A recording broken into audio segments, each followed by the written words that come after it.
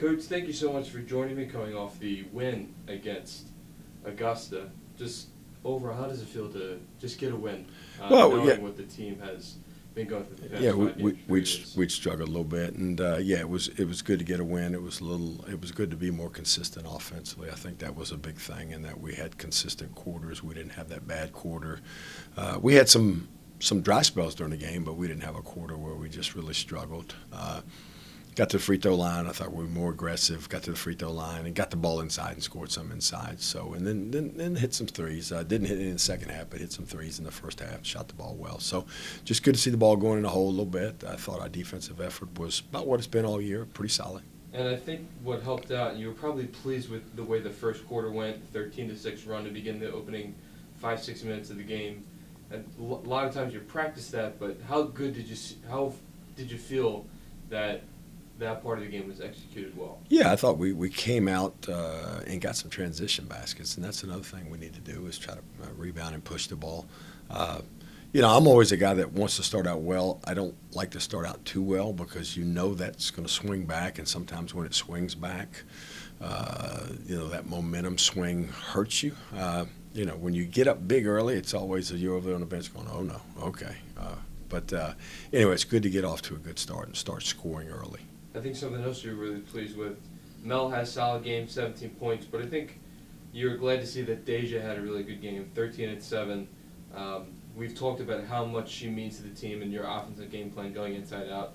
So just speak on Deja's performance and how well she played. Yeah, she does a great job posting, and I thought we ran more stuff to get her the ball inside, and that's good, because whether she's scoring or not, I think we can play off her, go inside out. She's a very good passer out of the post, and so I think getting the ball inside to her is going to be important moving forward, and it was important obviously Saturday, and she finished the plays down there. I think another thing you might be pleased about is the guard play. Some players getting more playing time than they used to, particularly with Courtney Smith. I know she's been trying to get in some gym time when it's not practicing and trying to get extra shots. Courtney's played well both offensively and defensively as of late. That's the one thing about her and Alcinia, I think, from a defensive perspective, they're pretty daggone good as freshmen. Usually freshmen is a big learning curve. They don't break us down a lot defensively, and then I think both of them have the ability to score. Continue to be more assertive and be a little bit more consistent scoring. But the thing I like about Courtney, she's not afraid to attack the rim. She can score around the basket, does a very good job. Got a couple offensive rebounds, I think, putbacks for us Saturday. So, she's doing very well. Farah is their main scorer, the center inside, amongst the top 5 in a lot of statistical categories. How important is it to, box out in order to get the rebound, in order to contain their dumps inside against well, I think you've got to do a lot of good things against her. Number one, you've got to get her off her spots. You've got to try to push her away from the basket. She does a really good job of posting you, and then she does a really good job of sealing up the lane and getting high lows. I think we've got to make her score over us, and hopefully make her score over us from a further distance from the basket than she's used to scoring. I think that's number one. And then the other thing, like you say, you've got to put a body on her and keep her off the offensive glass. Even if you're not rebounding, you've got to keep her from getting second chance opportunities. But with that said, they've got some kids on the perimeter. They shoot the ball very well. They've got some kids that can score on the perimeter. So, we'll have our work cut out for us defensively.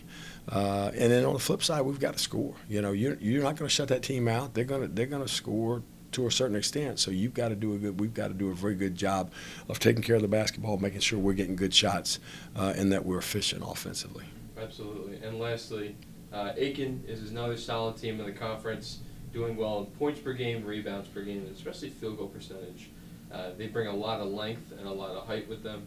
So what would be a challenge or two that the team might have to overcome when they play Aiken on Wednesday? Well, they do a couple things. First of all, they're on a nice run. I think they've won maybe 6 out of the last 7 games, so they're on a nice little streak here. They're playing well offensively. I think they've kind of got a feel for what they are offensively now.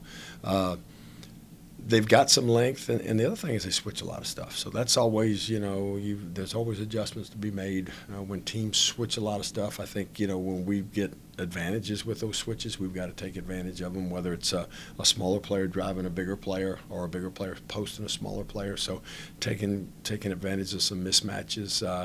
But again, we're going to have to, particularly on the road, it doesn't make any difference whether it's Aiken or anybody. You're going to have to give a good effort on the road in the Peach Belt, and we're going to have to give a good effort tomorrow night.